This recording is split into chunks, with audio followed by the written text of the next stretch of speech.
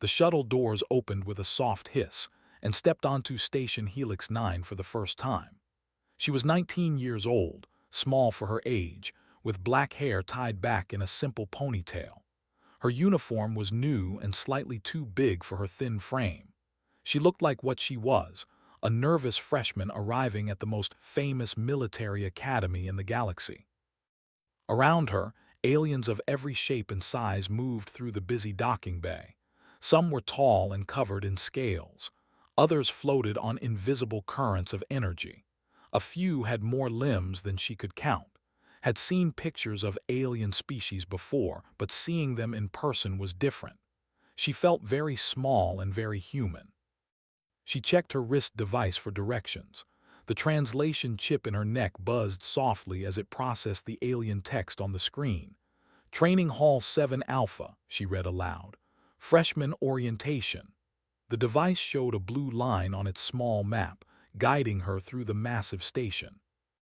Followed the line carefully. She walked through long white corridors that hummed with energy. She passed windows that showed the endless black of space outside. She rode 3 different elevators, each one filled with creatures who looked at her with curiosity or confusion. Humans were rare in this part of the galaxy. Most species had never seen one in person. After 20 minutes of walking, she reached a large metal door with alien symbols carved into its surface.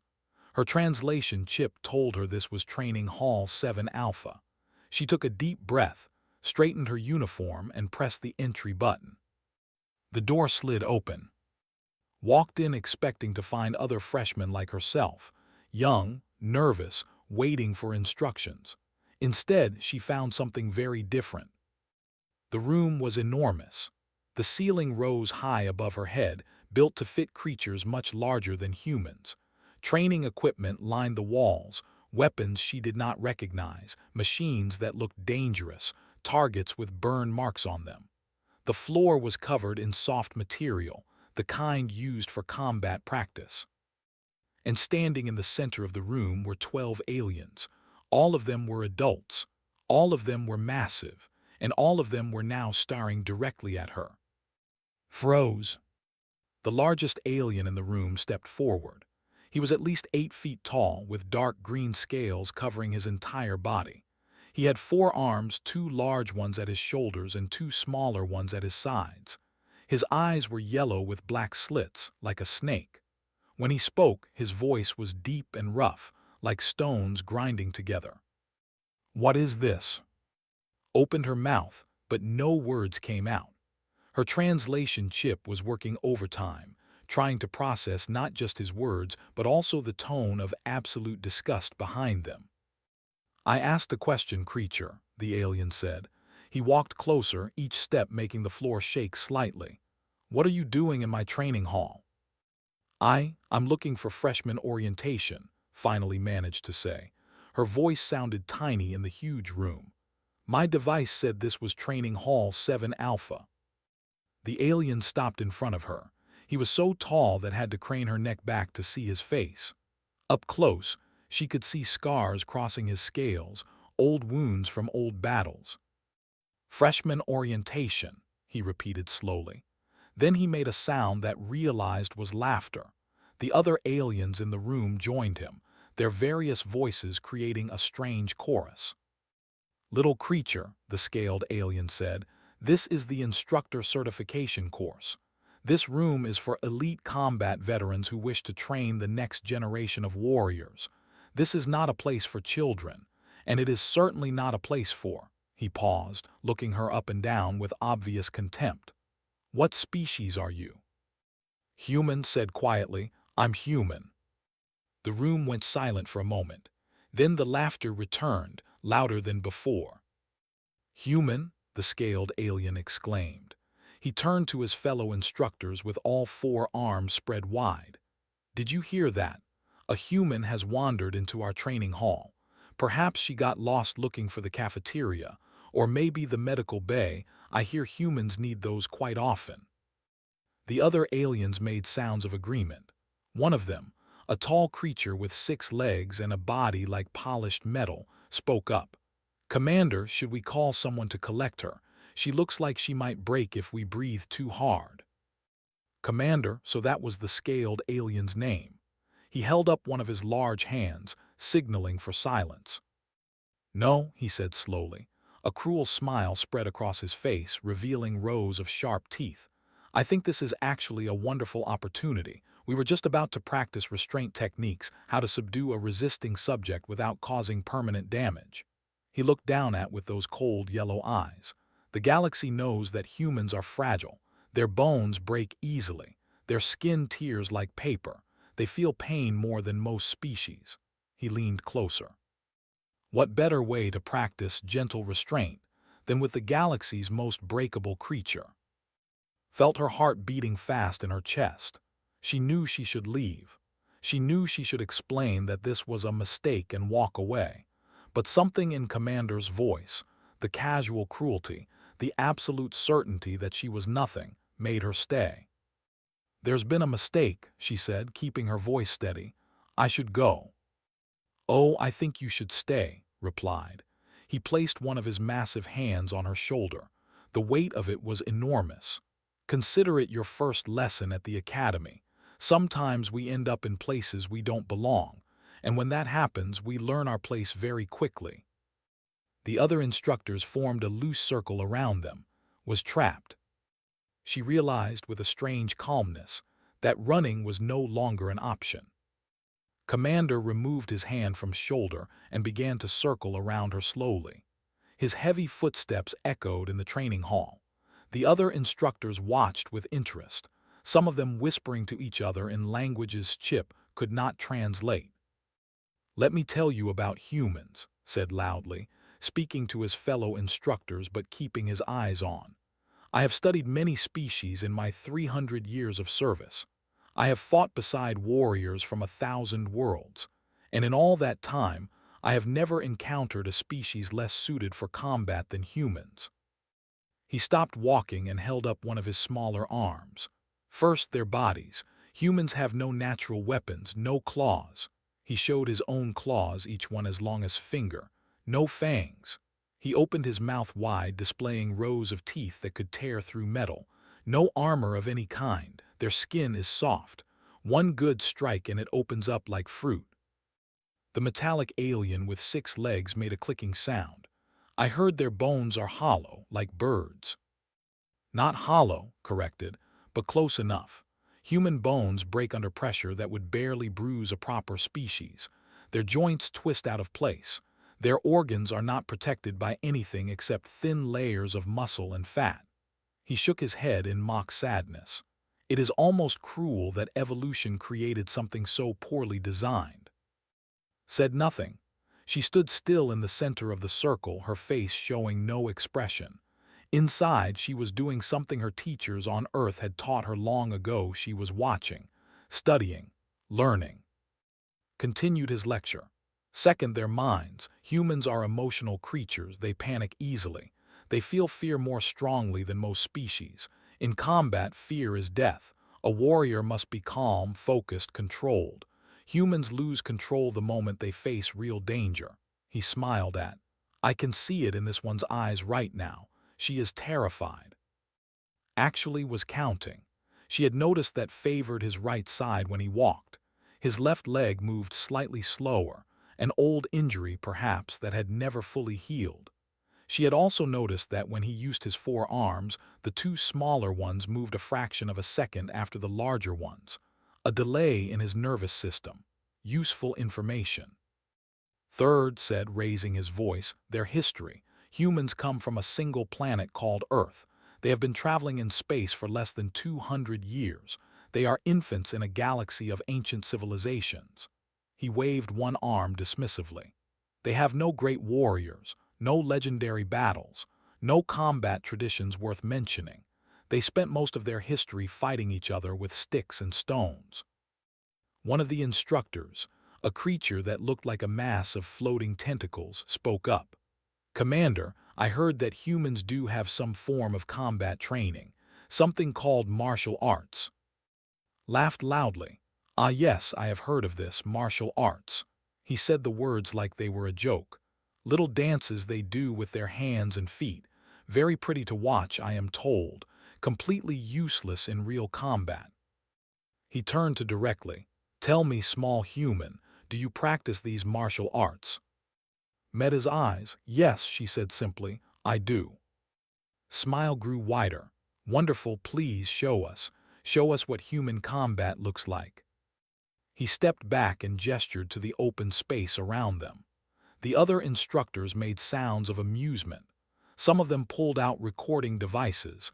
They wanted to capture this moment. Did not move. I would rather not, she said. Rather not, tilted his head. But this is a training hall. We are here to learn about combat. Surely you can demonstrate something. A punch, perhaps, a kick. He mimicked punching motions with all four of his arms, making them look clumsy and foolish. The other instructors laughed. Watched his movements carefully. When he punched with his upper arms, his core twisted slightly. He was strong, but he relied on that strength. He did not protect his center line. Another useful observation. Come now, said his voice becoming harder. I am asking nicely. Show us what humans can do, unless... He leaned down until his face was close to hers. His breath was hot and smelled like copper. Unless you are admitting that your species is exactly what I described. Weak, fragile, prey animals who somehow learned to build ships. The room was silent. Every alien was watching. Felt something shift inside her. It was not anger. Her teachers had trained that out of her years ago. Anger made you stupid, they always said. What she felt was colder, quieter. It was the feeling she got before every match, every test, every moment when she had to prove that size and strength were not everything. Commander, she said softly, you mentioned earlier that you wanted to demonstrate restraint techniques. Straightened up, surprised by her calm voice. Yes, what of it? I am willing to help with that demonstration. Took a small step back and settled into a relaxed stance. Her weight shifted slightly to her back foot. Her hands stayed open at her sides. You can try to restrain me. If you succeed, I will admit that everything you said about humans is true. Stared at her for a long moment. Then he laughed, a genuine laugh full of disbelief. You want me to restrain you? Little human, I could crush you with one hand. Then it should be easy, replied. The other instructors had stopped laughing. Something about the human girl's voice had changed. She did not sound scared anymore. She sounded like someone who was exactly where she wanted to be. His yellow eyes narrowed. He had been in enough battles to recognize a challenge when he heard one. Very well, he growled. Let us see what humanity is made of. He began to move toward her, all four arms spreading wide. Took a slow breath and let her mind become perfectly still. Commander moved fast. For a creature his size, he was surprisingly quick. His two lower arms shot forward first, reaching for shoulders in a standard grabbing technique. His two upper arms spread wide, ready to wrap around her and lock her in place. It was a move he had used 1,000 times before. It had never failed. It failed now. Did not try to block his arms. She did not step backward. Instead, she dropped. Her knees bent and her body fell low, slipping beneath his grasping hands like water flowing around a stone.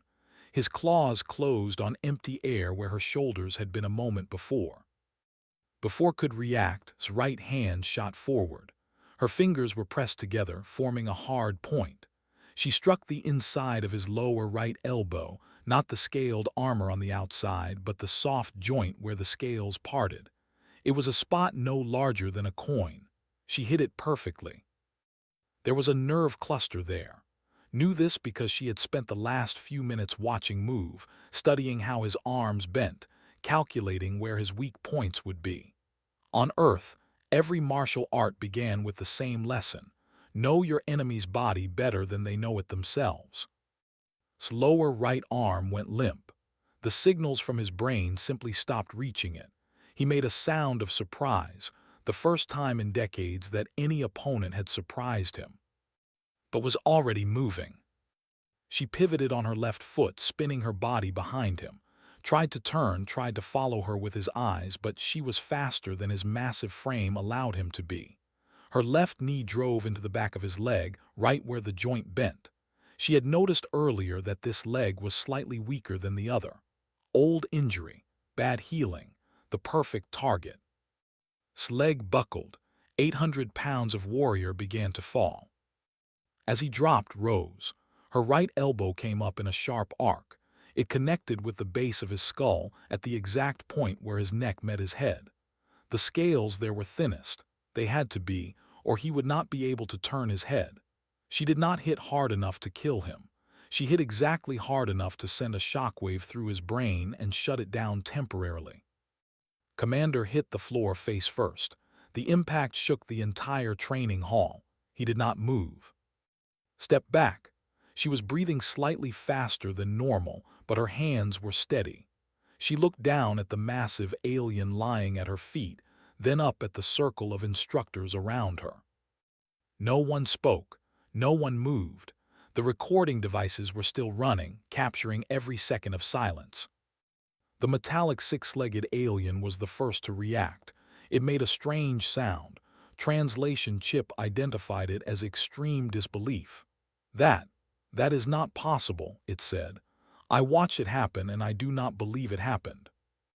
The floating tentacle creature moved closer to his body. Several of its tentacles checked his vital signs. He is alive, it announced. Unconscious but alive. She did not kill him. Of course I did not kill him, said quietly. I was only defending myself. One of the instructors, a tall being with gray skin and large black eyes, stepped forward. How? It demanded. How did you do that? You are human. You are small. You are weak. The commander has defeated warriors 10 times your size.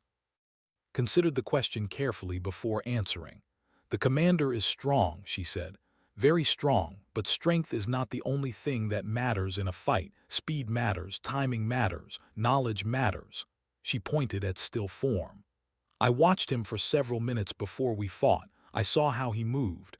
I saw where his body was protected and where it was not. I found his weak points. But humans cannot move that fast, another instructor protested. Your reaction times are too slow. It is documented. Our reaction times are average, agreed. But we can train them to be better. On Earth, we spend years, sometimes decades, practicing the same movements over and over until they become automatic. We do not have to think about what to do. Our bodies simply do it. She paused. The commander had to think about grabbing me. I did not have to think about avoiding him. That is why I was faster. The instructors looked at each other.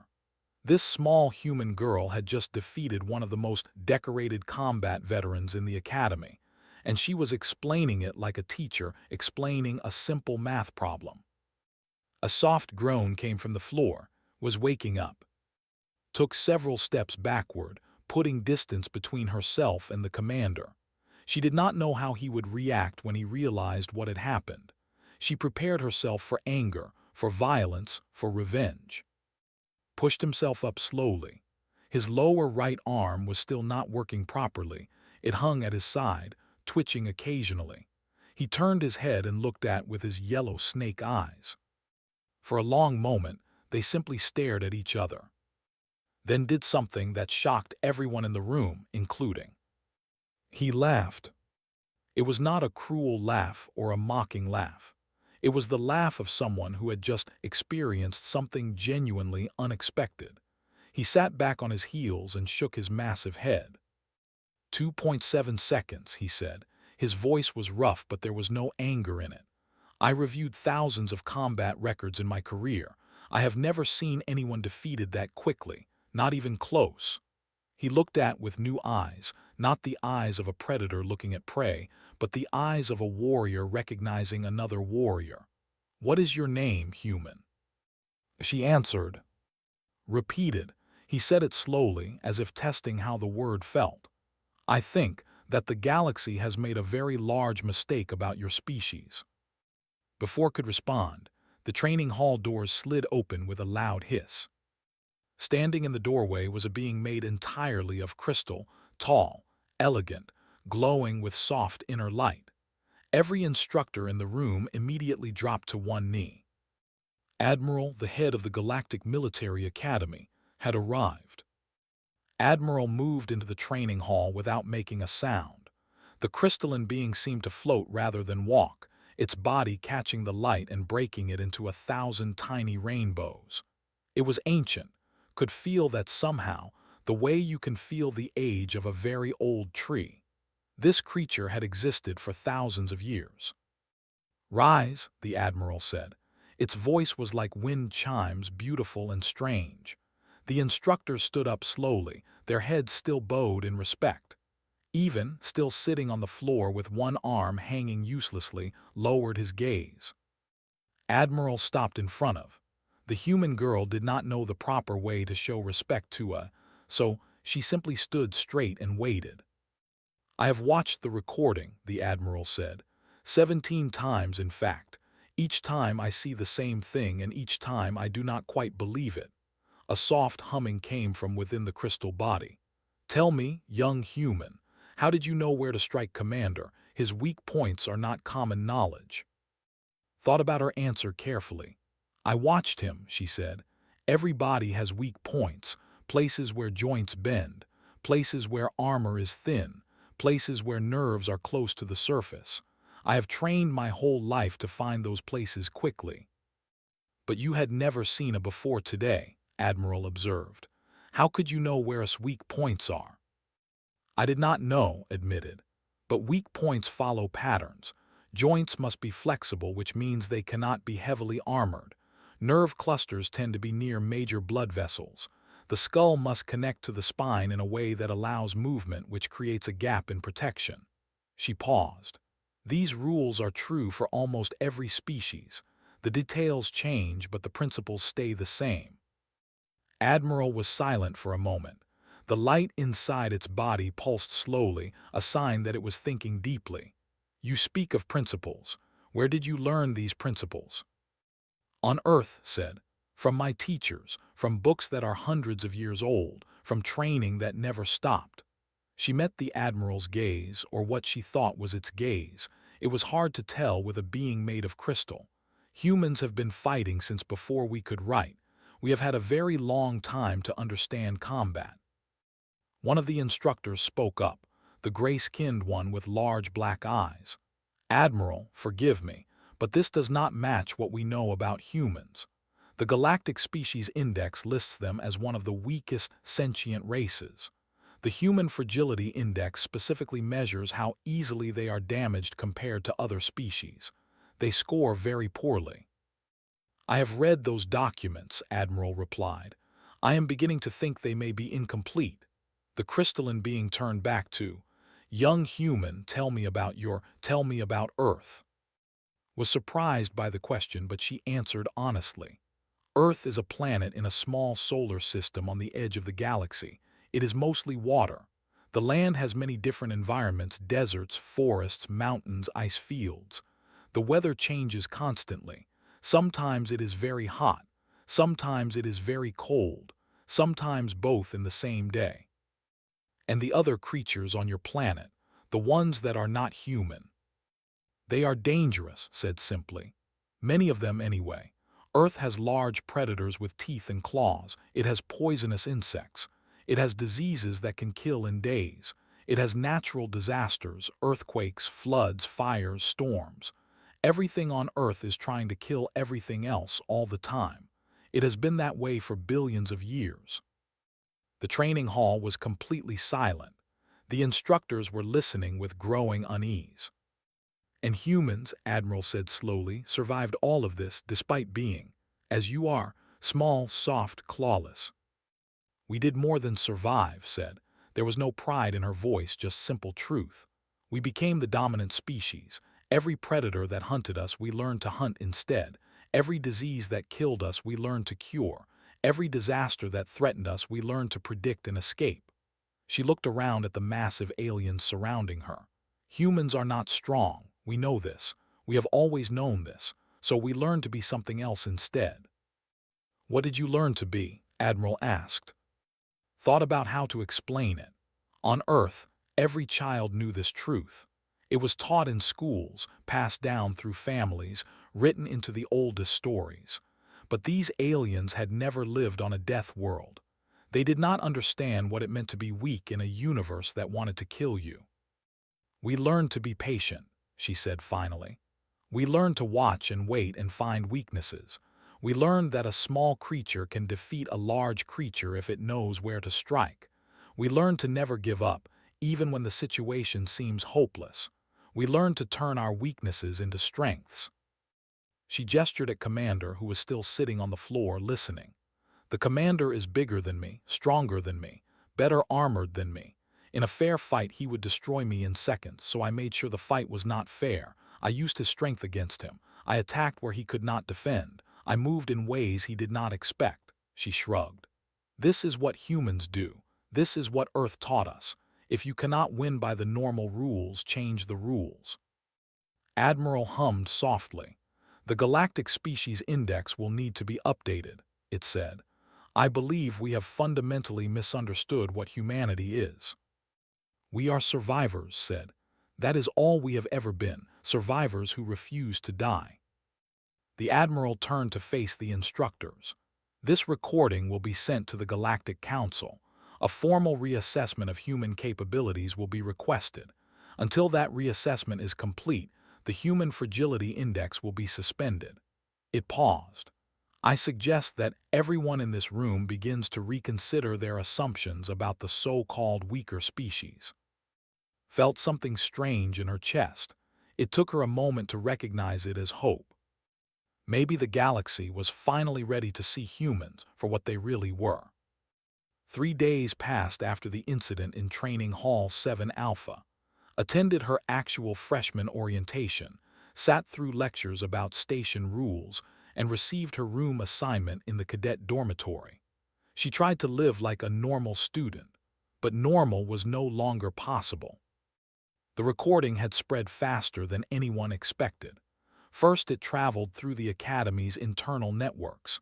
Then it reached the station's civilian population. Then it jumped to other stations, other planets, other systems. Within 48 hours, the video of a small human girl defeating Commander had been viewed over 2 billion times across the galaxy. Could not walk through the station without being recognized. Aliens stopped her in corridors to stare. Some wanted to touch her, as if checking whether she was real. Others kept their distance, watching her with new caution in their eyes. The cadet who had been assigned as her roommate, a nervous named with an body and gentle compound eyes, asked her dozens of questions every night. "Is it true that Earth has creatures that can kill with a single bite?" asked. "Yes," said many of them.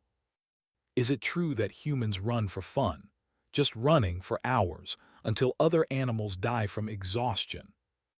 "That is called persistence hunting," explained. "We do not do it much anymore, but yes, our ancestors did that." Made a clicking sound that meant fear. "Your planet sounds horrible." "It was home," said simply. "We loved it." On the 4th day, she received a message on her wrist device. It was from Commander. He wanted to meet with her privately. Considered refusing. The last time she had been in a room with, things had not gone well for him, but something in the message's tone was different. There was no anger in it, no pride. It sounded almost humble. She went to his private office in the instructor wing of the station. When the door opened, she found sitting behind a large desk covered in documents and data screens. His lower right arm was wrapped in a medical device, still healing from the nerve damage she had caused. He looked tired. "Thank you for coming," he said. His voice was quiet, nothing like the booming confidence she had heard in the training hall. Sat down in the chair across from him. It was built for much larger species, so her feet did not touch the floor. She waited for him to speak. Was silent for a long moment. He seemed to be struggling with something. Finally, he let out a heavy breath. "I have been a warrior for 300 years," he said. "I have fought in 12 major wars. I have killed more enemies than I can count. I have trained thousands of students and sent them into battle." He looked at her with those yellow snake eyes. "In all that time, I have never been defeated so completely, and I have never been so wrong about an opponent. Did not know what to say, so she said nothing. I called you weak, continued. I called your species prey animals. I said you had no place in the galaxy. He shook his massive head.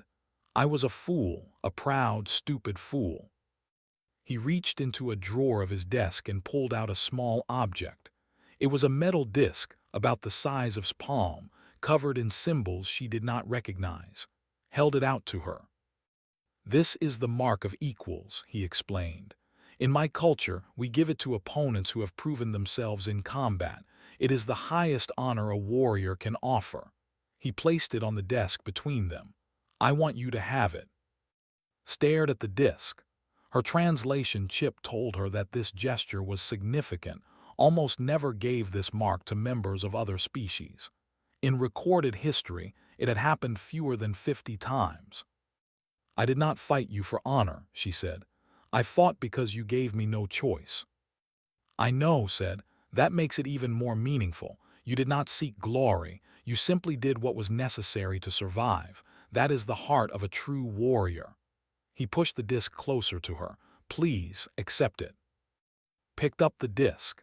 It was heavier than it looked, warm against her skin. She felt the weight of what it represented, not just respect from one warrior to another, but a bridge between two species that had started the day as enemies. Thank you, she said. Nodded, then to her surprise he smiled. It was a small smile, barely visible on his scaled face, but it was genuine. I have made a request to Admiral, he said. I ask that you be allowed to attend the Instructor certification course as a special observer, not as a student. You are still a freshman after all, but I want you to be there. I want to learn how humans fight.